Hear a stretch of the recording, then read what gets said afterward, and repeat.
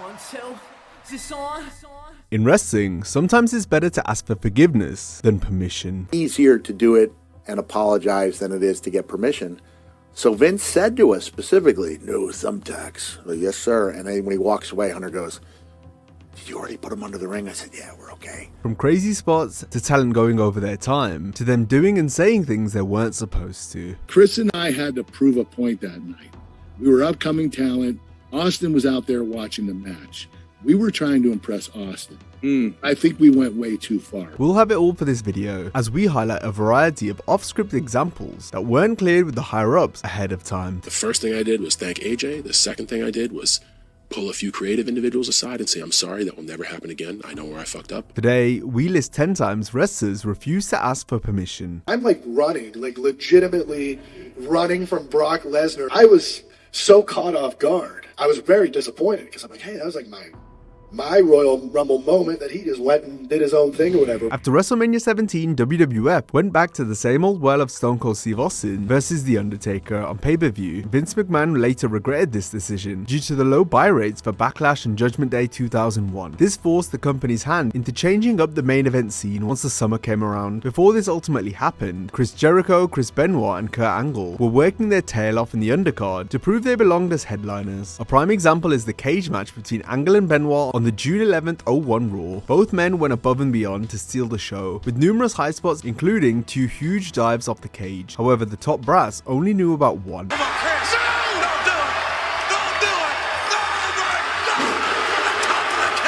Kurt threw so much caution to the wind that he didn't tell anyone besides Chris about the moonsault from the cage. Nobody knew about the spot except for Chris and I. We didn't tell Vince, we didn't tell the agents, we just told them we were going to do something pretty crazy. Chris and I had to prove a point that night. We were upcoming talent. Austin was out there watching the match. We were trying to impress Austin. I think we went way too far because we actually scared him away. Yeah, you know, we were trying to show him that we wanted to work with him, and he's like, "These guys are crazy bastards. I'm not going to work with them." Right. You know, he even told me that later on down the line. And we just threw everything in the kitchen sink into that match. Vince, his reaction when I got backstage, he was so happy. You know, he gave me a big hug, but after that, he kind of slapped me in the face and he told me, don't you ever do anything like that again. 8 years later at TNA Lockdown, Kurt went into business for himself in another cage match, this time against Mr. Anderson. Angle had planned out everything a few weeks prior. The bout had been slated to go 23 minutes. Then on the day, Kurt and Ken were told their time had been cut to 13 minutes. Anderson told the story in an interview with Chris Van Vliet. So it went from 23 to 13, which is a huge difference. And that's including entrances? Yep. Oh. Curtain to curtain, 13. Angle had no intention of taking anything out, so he and Ken simply worked the match like they had originally planned. The two reminisced on the encounter during an episode of Mr. Anderson's Mic Check podcast. I remember what I told you. What did you tell me? Fuck them. We're going as long as we have to. That's what I said. So, I told you I would take the heat for it, and I did. Yeah. Did you get any heat from it? Did anybody say anything to you? Because nobody said anything to me at all. Well, no, nobody said anything to me, and I'm not sure why. I think it was because the match was so damn good. Despite pleas from the bookers in the back via the referee, the wrestlers just kept going. And Slick was our referee, and Slick was like, all right, guys, wrap it up. And we just kept going. And then finally he was like, they're screaming in my ear. And you looked at him and you said, tell them to fuck off. The only thing I felt bad about was I think AJ was working Ric Flair after, and they cut their time down a little bit. Just like in 2001, Kurt again hit the moonsault off the top without getting approval. He even lied to the agents about it. I remember you saying, like, they're not going to let me do it. Like, there's no way that if we tell them ahead of time, they're going to say no, and we can't do it. We told D'Lo was our producer, and we told D'Lo that you were just going to do a moonsault off the top rope. The top rope, yeah. And then, do you remember what the story was? Like, what we were going to tell him? You said, I just happened to look up, and then I was feeling it in the moment, so then I just decided to go all the way up. And once you look up there and the people see you do that, well, you can't take it away from them now, right? It's crazy. You're insane, bro. And he didn't touch me. You didn't touch me. One of the big things wrestlers need permission to use is the announce table. It's usually reserved for the headline matches, so it's important for those on the undercard to stay away from the desk. CHYNA and Perry Saturn didn't heed this warning at Fully Loaded 2000. The table was going to be used during Chris Jericho and Triple H's match later in the night. As such, the desk was rigged to blow, hence why it broke so easily beforehand. Jericho explained what happened while speaking to Inside the Ropes. The table that the finish was based around, there was a big sign in gorilla position that said, "Stay away from the Spanish announce table." Guess what CHYNA did not do? She did not stay away. They hit this table and collapsed it. Oh, la golpearon, ¿qué va a pasar aquí? No, oh, la mesa, Jericho and Triple H had to alter their ending. They had intended to use both announce tables to execute the finish, but now with only one remaining, an audible was called. That's our finish. And they do this right at the end. We have like 5 minutes to come up with a new finish. It was supposed to be like a belly to back through that, something along those lines. And basically what we had to do was go to the dasher board and do it off of that, which was really hard because it's, you know, and Triple H and I are not the most agile of guys. And I remember like we're climbing on this thing. So, you ready? You ready? I think so. Let's go. And we finally did the finish. So the finish, we land on the table. 6 months earlier, Triple H battled Cactus Jack in a street fight at the Royal Rumble. Given how personal and brutal their feud was, the match needed a big finish. Foley wanted to use thumbtacks, which usually weren't allowed in WWF. The same rule applied here, as Vince McMahon outright said no to the tacks, which Mick revealed on an episode of Foley is Pod. Easier to do it and apologize than it is to get permission. So Vince said to us specifically, "No thumbtacks." Like, "Yes, sir." And then when he walks away, Hunter goes, "Did you already put them under the ring?" I said, "Yeah, we're okay." Yeah. We both knew we were willing to take that chewing out, but we didn't get one. We did not get one.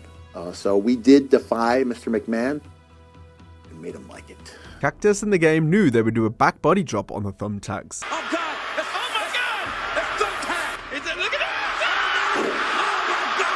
What wasn't planned was implementing the tacks for the finish. Foley improvised by kicking out of the pedigree, which was supposed to be the end. So it's still going to be a pedigree, but maybe not a pedigree into the Yeah, tacks. definitely not a pedigree in the tacks. He then told Helmsy to hit another pedigree on the tacks to close things out. We didn't know if we were going to use them until we knew we knew we'd use them, but as far as taking the pedigree, that was an audible. And I realized, I could lose an eye in there, but imagine the pop.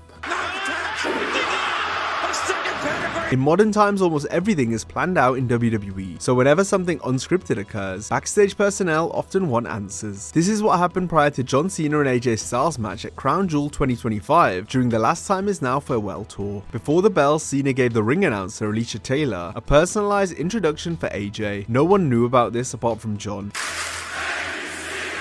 Ladies and gentlemen, the definition of total non-stop action.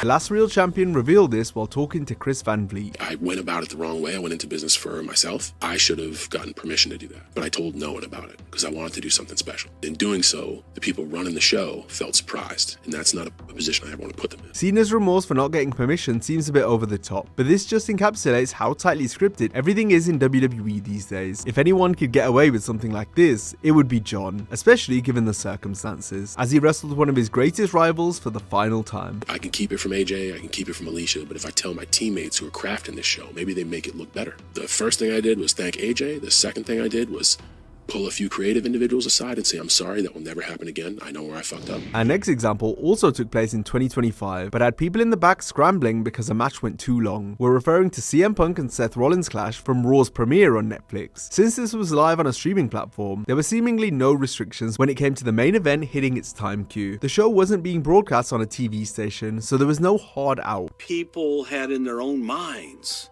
that it's Netflix. We can go 2 hours, we can go 3 hours, we can go 4 hours if we want. Not true. Punk and Rollins simply kept working until they eventually got to the finish. I think because that was the first Netflix show, everybody had this super lackadaisical, like, we're on Netflix. They mentioned that, yeah. Do whatever we want. Meanwhile, the match's producer, Abyss, aka Chris Park, was clamoring backstage, trying to get word to the referee and wrestlers to go home. All the while, executive director Bruce Pritchard burned a hole through Chris. Sorry, Bruce. I'm pushing him, Bruce. I'm pushing him. How over are we right now, Billy? How long? Minute 45. Guys are in the ring. There's not a lot you can do. Bruce, we're heading home. We're heading home. Bruce, I'm sorry we went over. It was overwritten, it was overproduced, it was over everything else. It's fine. Is he mad at me? No. Make me happy. You be happy with yourself. I am. Since his debut, Raw's runtime on Netflix has frequently varied. Therefore, it's possible that Bruce was upset at Chris and the wrestlers for not finishing the match in the time they were allocated, so it was more of a case of principle rather than actual time restriction. Brock Lesnar is someone who goes against WWE's ideology of mapping out every detail. Once it comes time to go, Lesnar tends to just do what he wants. Elias learned this during the 2020 Royal Rumble match. He had a sequence planned with Brock, which was going to begin once Elias was done playing his song. This all went out the window when Elias saw the bees running straight for him, with Elias unsure of what was happening. The original plan was revealed during an interview with Inside the Ropes. But I was at least going to have my moment there. I come out, I do my song, I was going to sing right to Paul Heyman. It's funny now because I can remember talking to Brock about it and being like, dude, I'll just get on you right away and I'll I'll hit you with a knee and a this and that and then, whatever, and then, you could catch me and here's a jerk. Yeah. All the while, he's just going to do whatever he wants. Brock proceeded to have his way with Elias. Lesnar simply got his stuff in and did the elimination. Elias, meanwhile, didn't get to finish his song and hit none of his planned offense. I dump everything, and I'm running, legitimately running from Brock Lesnar. And you can imagine a bear chasing you down, right? Oh, baby! Oh, Brock Lesnar heard enough, and he's going right after Elias. Lesnar is incensed. And again, I was so caught off guard. And so I was very disappointed because I'm like, hey, that was my Royal Rumble moment that he just went and did his own thing or whatever. But it's kind of memorable in its own way. If I could do it again, I would have just whacked him with the guitar. My God, Lesnar with a guitar across the spine! Because that's what this is all about. There goes Elias. Elias eliminated. Before making any changes to their look, wrestlers must get the office's blessing. One of the more drastic examples of a talent switching up their appearance came in 2015 when SHEAMUS returned with a mohawk and braided beard. Get ready!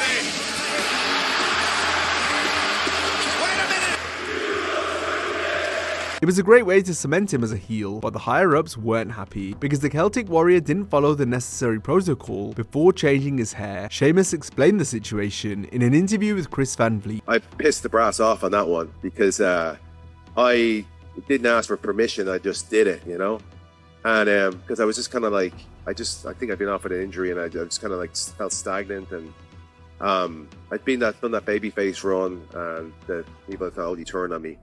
And I was just I need something different and cool, right? So I did it, and I think Vince was pissed big time because I didn't tell him I was doing it, We can see a cash in tonight.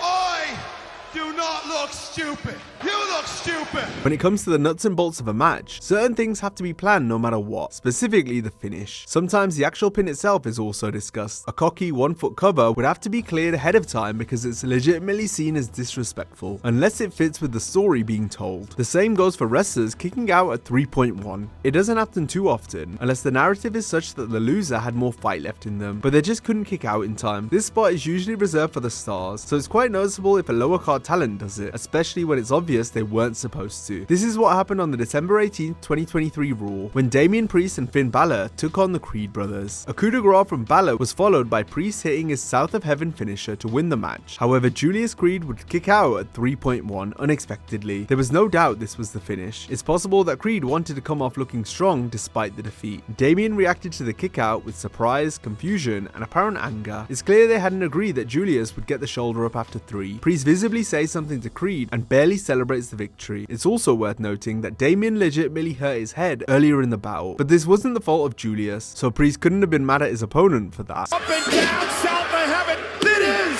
the Judgment Day survive. Swearing often requires permission because even during WWE's non-PG days, it wasn't always allowed. This proved an issue for Roddy Piper at WrestleMania 21. The higher-ups knew giving him a script would be pointless, but they at least told him not to swear under any circumstance. That's because there were lots of sponsors and TV executives at the show. Head writer at the time, Brian Goertz, spoke about this in his audiobook. I met with Vince afterward. He liked what was laid out, but gave me 2 strict directives. 1, make sure the segment doesn't go over its allotted time. And 2, make sure Roddy doesn't curse. I imparted those 2 things to Roddy, who assured me neither would happen. Vince wanted to show everyone that WWE had moved beyond the raunchy content they were criticized for in the past. Ooh! is the biggest rebel in the history of the WWF. Bullshit! I saw Vince rise from his chair as he screamed, "Did you know he was going to say that?" "No, I had no idea." "Fuck!" Vince screamed, violating his own no cursing rule as he slammed his headset down. Not only did Piper curse, but he also said WWF instead of WWE during his promo. A furious McMahon watched on from the backstage area in disgust. Instead of praising Roddy for a great segment with Stone Cold, Vince made Gewurz give out to Hot Rod for the BS line. "Pretty good, huh? What's the matter, kid?" "Yeah, the thing is, Roddy, you know how I told you how Vince specifically didn't want you to curse? You kind of screamed bullshit." Then he gave a pause and said, "Yeah, but is bullshit really considered a curse word?" Now, if you enjoyed this video, be sure to check out our similar video of 10 WWE wrestlers who were bullied backstage for real. Hope you have a great day, and I'll see you next time.